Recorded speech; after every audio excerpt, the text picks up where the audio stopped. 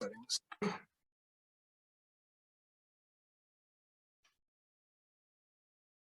Start recording.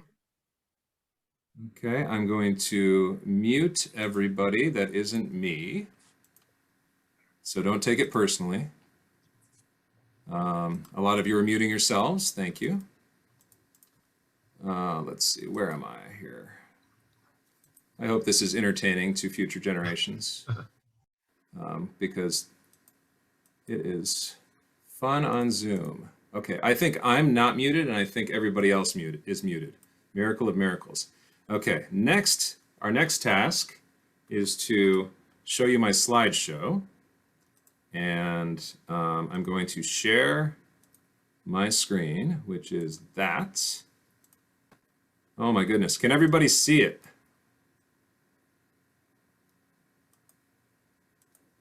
I'm seeing thumbs up or thumbs down. Yes, okay, good. Good. All right, well, thank you all for being here. And welcome to the Hearthstone University Film School. Sounds highfalutin because I'm kind of a snob. No, I'm just kidding. I have taught film history at the college level and have presented probably 300 films to this date.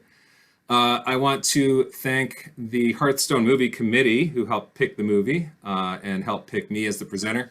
Thank you all for coming. We've got, letting somebody else in. Okay. We've got today's topic of study for Hearthstone University is Happy Go Lucky, which premiered October 10th, 2008 in the US, just 12 little years ago. But it feels like yesterday. So let's dial it back to today. What are we doing here? This is the film school. Many of you have been here before. Some of you are new. It's brought to you by the movie committee. We pick the movie, present the movie. We watch the movie as a group, and then we discuss and end with lots of trivia nuggets, as we like to call it here, knowledge in nature's neighborhood. And a little advance warning. We're watching a feel-good movie today. Next month is probably a feel-bad movie. But it is a modern masterpiece, The Lives of Others. And those who know German will have to correct me later when I say Das Leben der Anderen.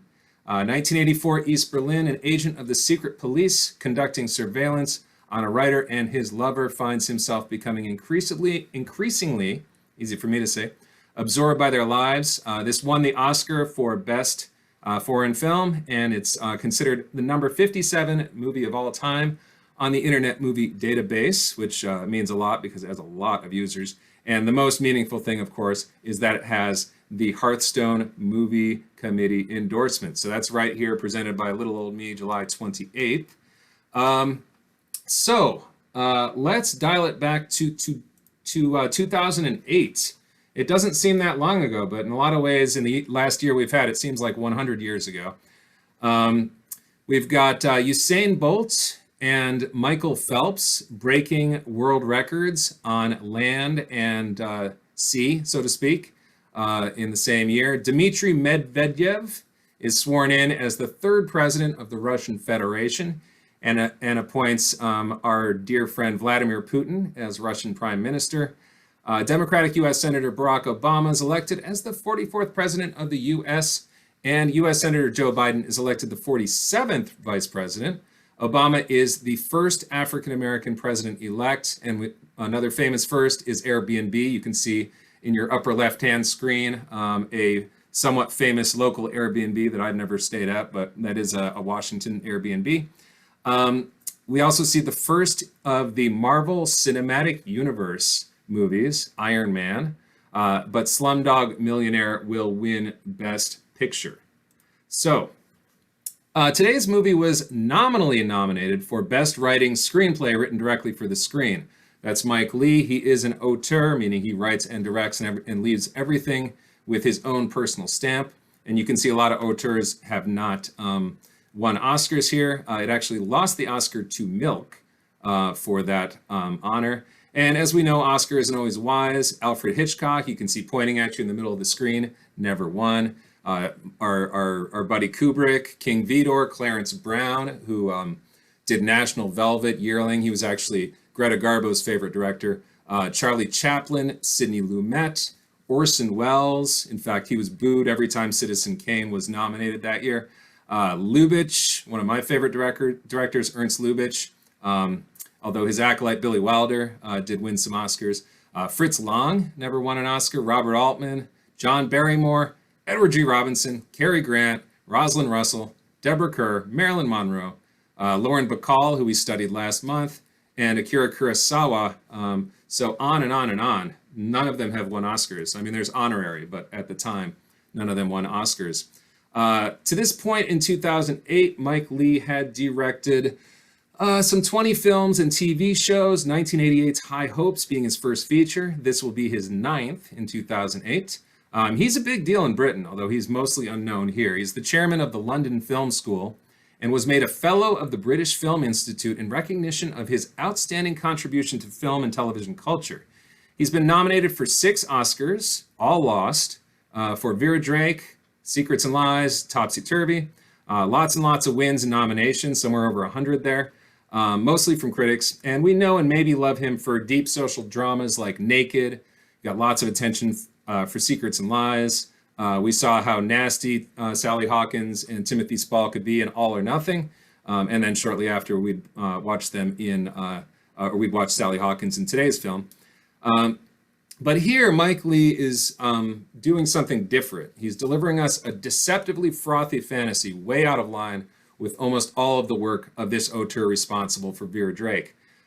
He's an actor's director. Most films are done without any work. Without any initial script. He and the actors improvise their characters and the scenes under his overall control. And this one took 6 months to rehearse. Anybody have any questions so far? I have muted all of you, but feel free to unmute if you've got a question. Hearing none, I will plow through. We're almost done. Mike Leigh, I think it's always instructive to see what a director likes. So his top 10 films, The Tree of Wooden Clogs, 1978, Tokyo Story, 1953, both heavy dramas. I Am Cuba, 1964. I watched that one in film school. Same with 400 Blows from 59. The Death of Mr. Lazarescu, which I've never seen. Songs from the Second Floor, Some Like It Hot, which is very notable when you think about today's film. It's considered the funniest movie of all time. Radio Days, 1987, Woody Allen movie. And then Seven Chances, 1925, also notable for its humor. One of the funniest movies ever made in my consideration. And then a movie called How a Mosquito Operates from 1912. So one review of this film, I've never used this cliche in a review before, and God forbid I ever use it again, so pay close attention. Happy-Go-Lucky is the feel-good movie of the year.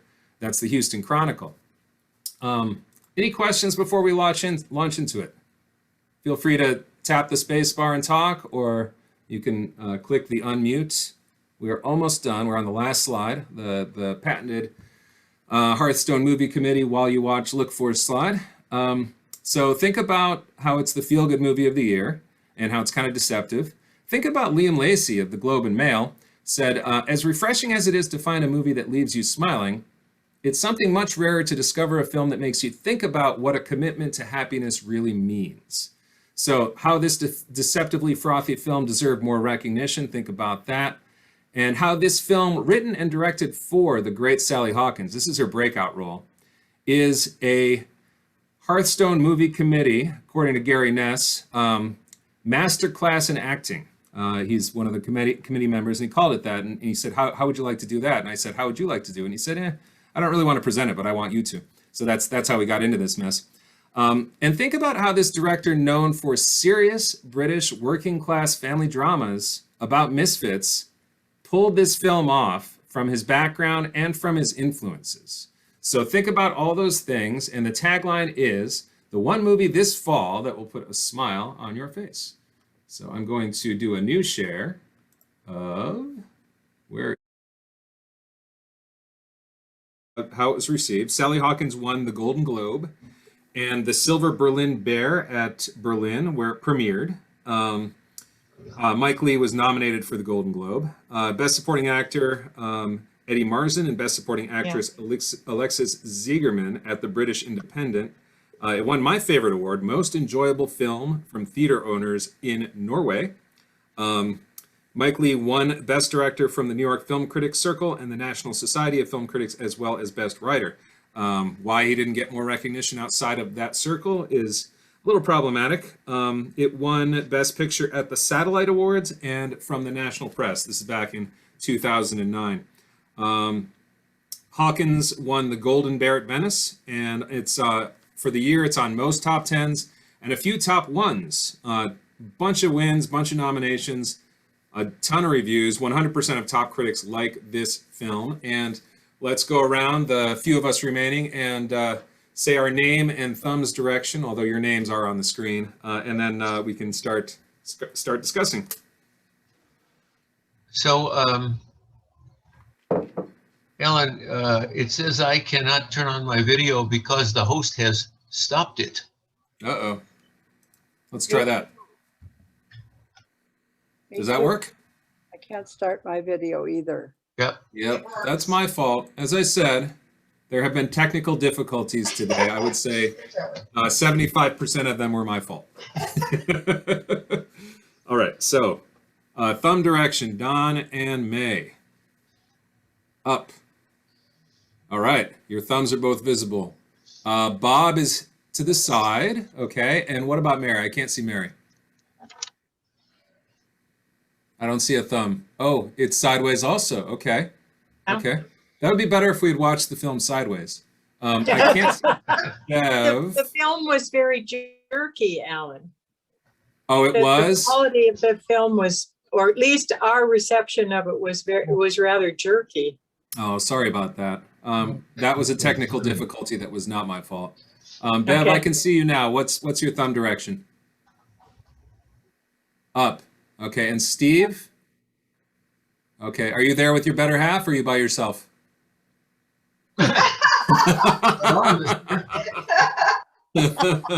What was the name of that character in the Addams Family? Just the hand. Okay, yeah, it's Down. it seems like so in our film school here, we're not so didactic, but what we're trying to do is turn ups way up. We're trying to turn sideways up and downs to the middle. So via an appreciation of what we just watched. So I'm going to read a couple reviews and then we can kind of discuss. I've never used this cliche in a review before, and God forbid I ever use it again. So pay close attention. Happy Go Lucky is the feel-good movie of the year. That's Amy Bianciotti in the Houston Chronicle. And Liam Lacey, Globe and Mail. As refreshing as it is to find a movie that leaves you smiling, it's something much rarer to discover a film that makes you think about what a commitment to happiness really means. Getting deeper, Leigh pushes the story in a more interesting direction, asking whether people find happiness or simply will it on themselves. That's Jared Jones from My Dear Chicago Reader. And yeah, so what do we think about that? Sort of the how do we find happiness aspect of this film?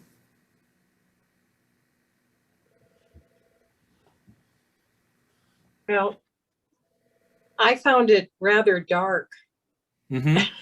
Okay. Yeah, that's what Mike Leigh Didn't make does. me feel good. It didn't make me feel happy-go-lucky. I thought It's the feel-bad movie of the day. No, it didn't make me feel bad, but I didn't think it was happy-go-lucky. We both felt like one of the most moving scenes was her interaction with the homeless person. Oh yeah, let's talk about that. And with her student. Yes, with the student. She showed an empathetic side in those two interactions. It was far more appealing than her happy-go-lucky side. Yes, and I would argue that Mike Leigh was pretty careful with the performance and the writing, and that she is way more annoying at the beginning of the movie than she is at the end of the movie. Right. Oh, absolutely. Yes. Yes. Yes. I mean, Absolutely. at the beginning, it's just like lower her Prozac dose, maybe. Yes. Well, she's almost silly. Yeah. She's and I I mean, think do you remember the But of very course, beginning of the we're movie? old. What's that?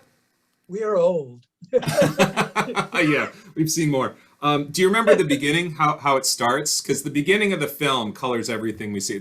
It's kind of like a preface for a book. Do you remember how the film starts? Anyone? Why is it to the bookstore? It Yeah. does, but before that, We've got the little cutesy sort of Woody Allen-ish music, you know, the little kind of jazzy. Yes, Yeah. yeah. And Poppy's on her bike, and she's kind of like, Right. not only is she really frothy and happy, and she's like taking up like a cell phone screen, like it looks like a cell phone screen, which I think is really neat and modern of Mike Leigh to do in 2008. It's before most of us were super addicted to them. She's riding around the credits, like she's even making the credits fun. And you haven't had that happen since Saul Bass, right? Who did such great credits for Man with the Golden Arm and so many other films. So then she's on her bike, her favorite thing in the world, it seems like. Got that music. She's bopping back and forth over the credits. And she said, what does she say when she gets on her way out of the shop? Do you remember? You mean when she finds her bike? Right. Before that, but I think that's a very interesting point. She says, I ain't nicked nothing, honestly. You know, she's like Yeah. Yeah. really pushing this interaction way farther than it needs to go. Yeah. And then what does she say after she loses her bike? I didn't get to say goodbye. Yeah. Yeah, it's her main concern isn't like how she's going to get around buying a new bike. It's like, I didn't get to say goodbye. And that's kind of like the right attitude to Rain, right? That's a good way to look at life. Like you could cry or you could focus on being positive.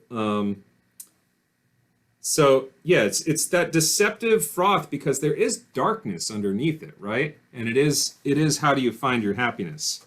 And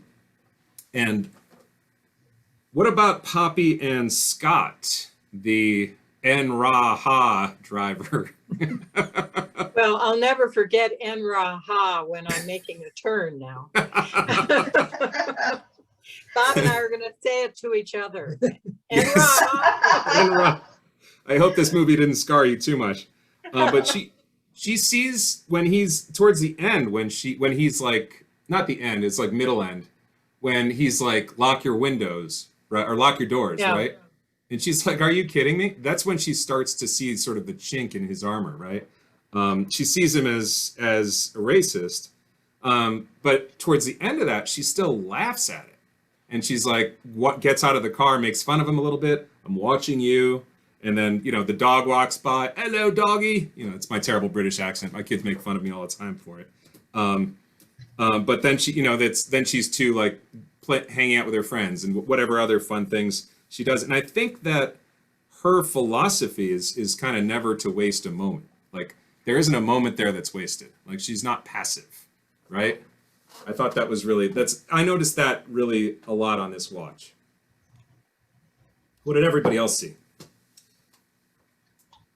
Well, the thing that keeps rolling around in my mind is that she has the kind of empathy that you don't hardly ever see in a human being, where no matter what kind of interaction she has, whether it's her student, it's the homeless guy, it's the absolute jerk who is trying to teach her to drive, her focus is on them.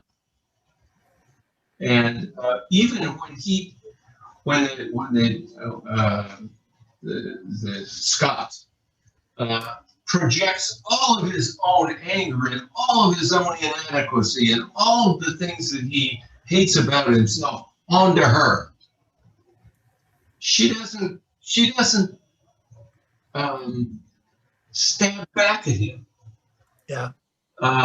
She's just not willing to give up on a person. And that, I think that makes her a unique character. I've never seen a character on film, certainly, that was her character. Mm-hmm. You know, it's interesting. The first character she runs into, she can't really get a connection with him. He just sort of there. And at the end, she has a profound connection with Scott. She really pays attention to him and really engages him, talks him down. So you get the feeling she's really engaging people and getting next to them. sometimes sort of against their will. Yes, that's a very good point. It almost is, she sort of goes from shallow to deep. Yeah, Yes. Yeah. Engaged with people as she goes on. yeah, And you sort of, in a way, you're sort of glad you're not the object of her energy. I mean, she could be exhausting to be around somebody like that, but she really does engage people. yes. No, that's a great point. Empathy without fail focuses on the other people, and it's really so much. I think to the acting. Here's Andrew Sarris. A lot of us know Andrew Sarris, who are film fans, as the guy who brought the auteur theory to the U.S. And he said for the New York Observer at the time, Mr. Leigh has executed a richly exuberant entertainment for our troubled times and deserves still another of my honorary Oscars for his astoundingly skillful effort.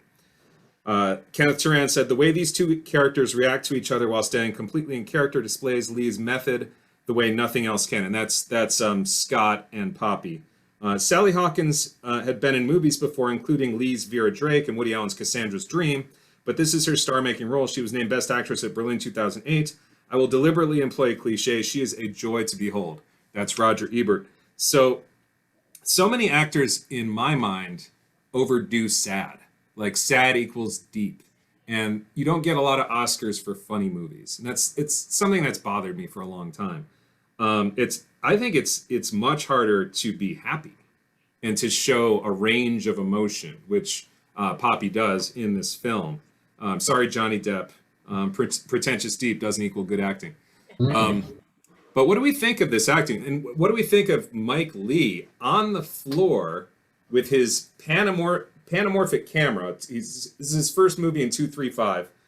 He has 5 mini cameras hidden in that car. He's on the floor between the front seats filming them because he's Mike Leigh and he's a maniac.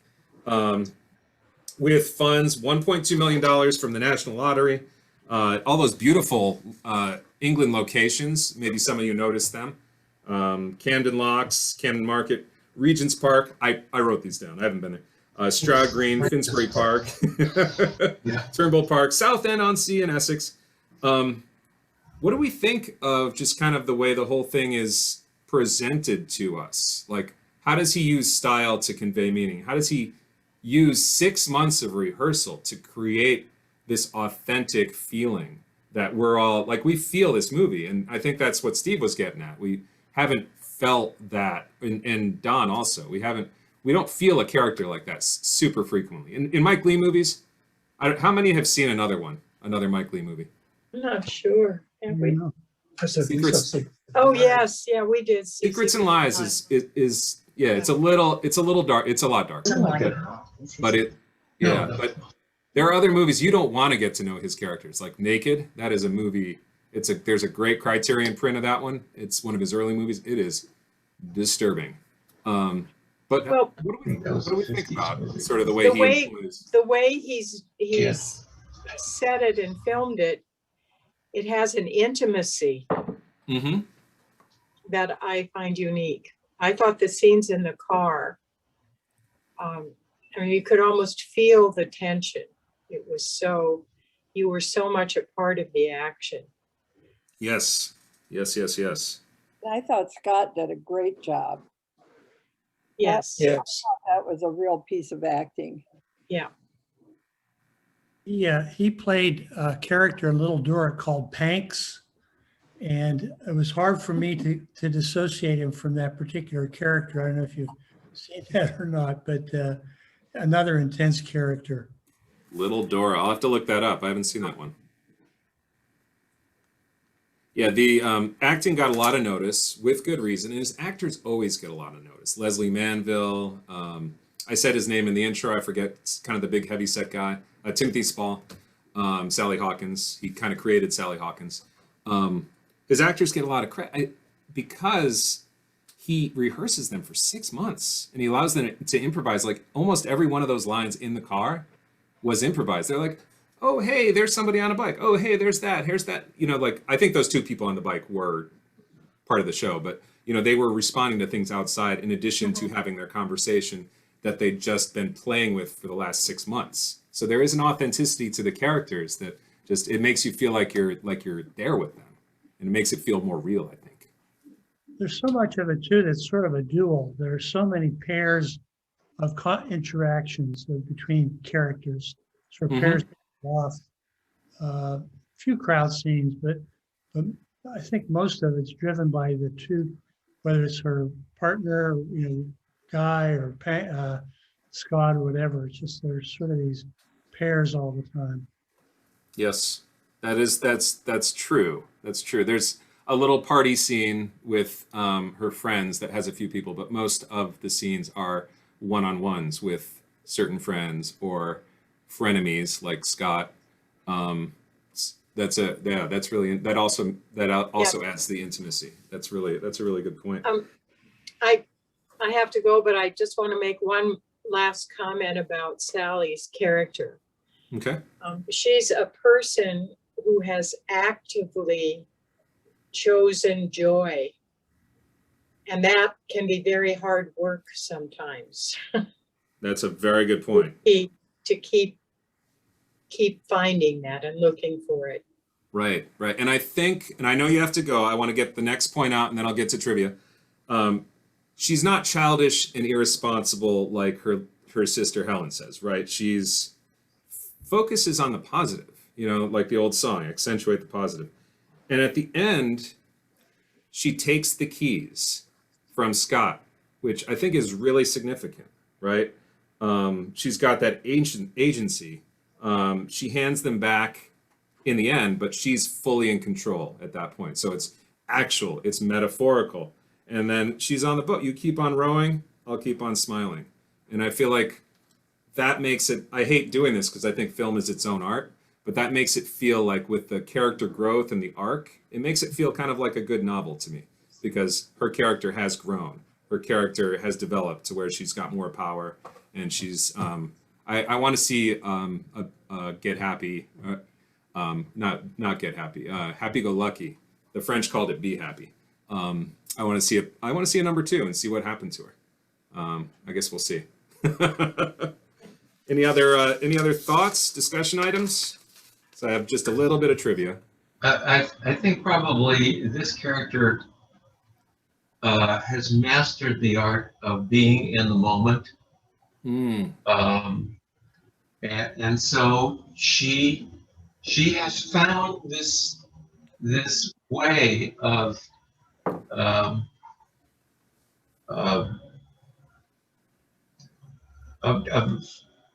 grabbing hold of life that is right in front of her.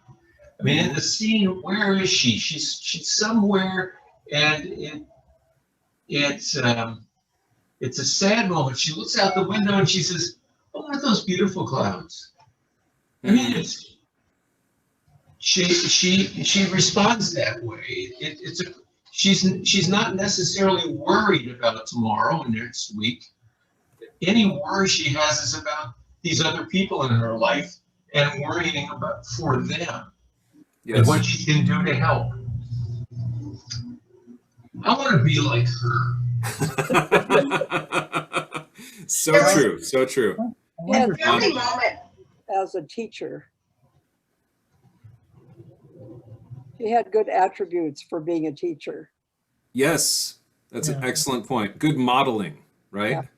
She's in the right profession. And did we even talk about John Gottman yet? Her bids for connection all over the place. Oh, there's so much to this movie. I hope we've made you like it a little bit more. I had one comment, Alan. It's really quick. She just talks. She just talks. She works through and tries to connect all the time. The one time that she didn't do that was after she gave back the keys to Scott in that scene, and yes. She's walking home, and there's that scene where she's sitting on the steps with her bag, and she's just processing, no words at all. It was the only time she had a lengthy silence. That empathy part of her is trying to process what just took place, and she never names it. She doesn't talk about it. I mean, she clearly told her roommate because they talk about it in the boat, but in that moment, it isn't words that she turns to, but a silence, a process. Yeah, that's an excellent point, and I think supports what we've been saying about her, the growth of her character. She's got some insight now. You know, she's even, you know, it's the magical thing about a movie. It's life with the boring parts cut out, like Hitchcock said. You know, we get to see how she develops over a period of time rather than be with her for 90 minutes, which at the beginning of the movie, if we were with Poppy for 90 minutes, I mean, I probably turn it off after 20. Because I'm, you know, Sauce. yeah, it is an exhausting thing. Exasperating is the word that I used for it on the posters that we had up. But yeah, no, that's an excellent point. That's really good stuff. And this has been a great discussion. I do want to end with a little trivia. The name NRAHA, a driver safety teaching tool used by Marzin's character, Scott, as a reminder for the driver to look in the car's mirrors, has become a catchphrase associated with both the film and with Marzin as an actor.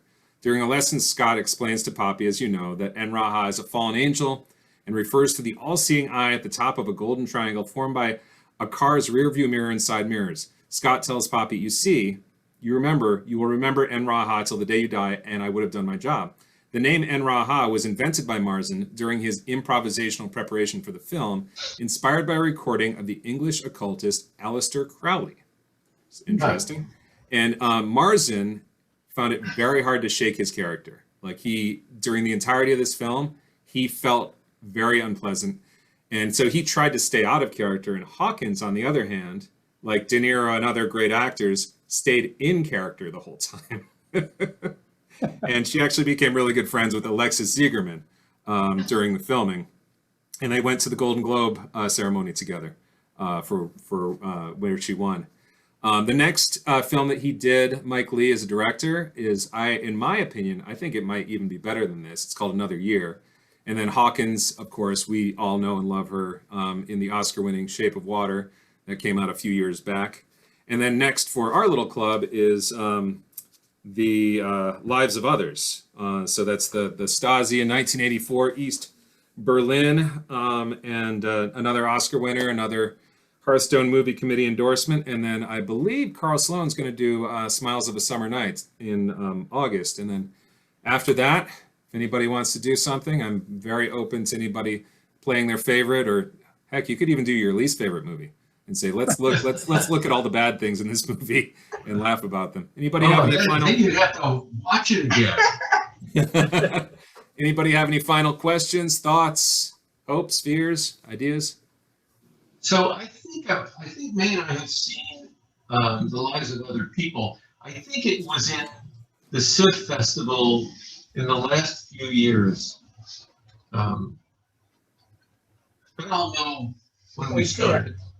Yeah, it's 2006, I think, is when it came out, and it won a ton of awards. Like, it is as much of this movie is kind of a cult favorite. People walk by each other in Britain and say "Enraha" to each other. The Lives of Others, it's one of those movies that's like really high on Internet Movie Database. You know, people are like, my favorite movies are The Godfather, The Lives of Other, and Shawshank Redemption. Why Shawshank Redemption? Why? Anyway, anybody have anything else? Thanks so much. It was a great afternoon. Oh, thank you. It was a lot of fun for me. Have a great rest of your day. Thanks, Ellen. Thank you.